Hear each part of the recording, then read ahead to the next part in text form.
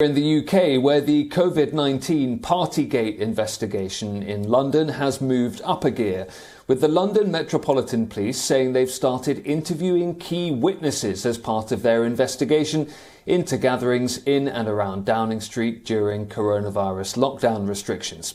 It's been 2 months since police began looking into the matter after the report submitted by senior civil servant Sue Gray. Sources suggest a verdict on Boris Johnson is unlikely before the local elections scheduled in May. Our correspondent Naomi Choi-Smith joins me now from London.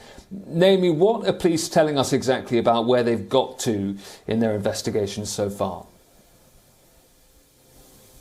Well, Ollie, this is a significant scaling up of the Met investigation. As you say, they're now interviewing key witnesses, and they have sent out more than 100 questionnaires to people potentially involved in government in those possible lockdown-breaching parties at government buildings, including Downing Street.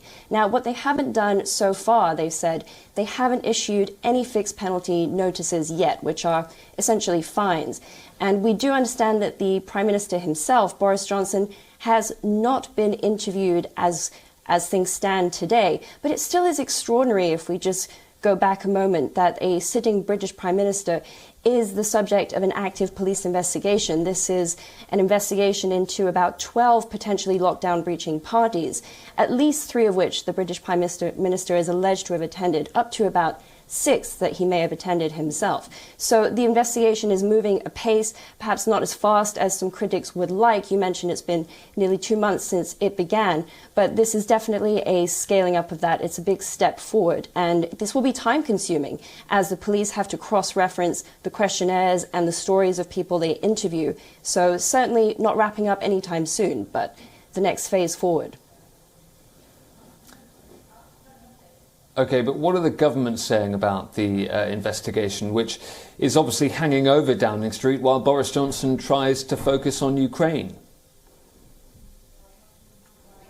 That's right. The government has been very keen to draw a line under this investigation. In fact, the Small Business Minister, Paul Scully, today is saying, we're ready to move on from this. If there are fixed penalty notices to be issued, he wants those to be sent out so that the public and the government can move on and tackle with what he says is this ongoing chaos and situation in Ukraine. Now, on top of that, we do have other ministers. For example, 2 Conservative MPs did withdraw their letters of no confidence in the Prime Minister in the past month. So the party is closing ranks somewhat around Boris Johnson, whereas a couple of months ago, or even a month ago, you were seeing potentially his leadership being in question. Now there's kind of a rallying point around the war in Ukraine, and indeed, even amongst the public, you're seeing his public opinion rocketing somewhat from 22% up to about 30% since the Ukraine war started and since he's had to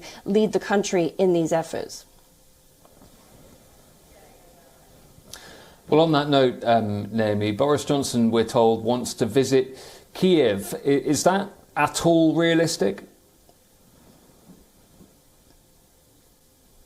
Yes, you do have the Tory party chairman Oliver Dowden today saying that he believes the Prime Minister is, quote, desperate to visit Kyiv and to see what's really going on the ground there. Now, that has come under some criticism, especially for security concerns, and it's unclear how the logistics of that could possibly play out, especially as the Prime Minister is holding very regular calls already with the Ukrainian leader Volodymyr Zelensky.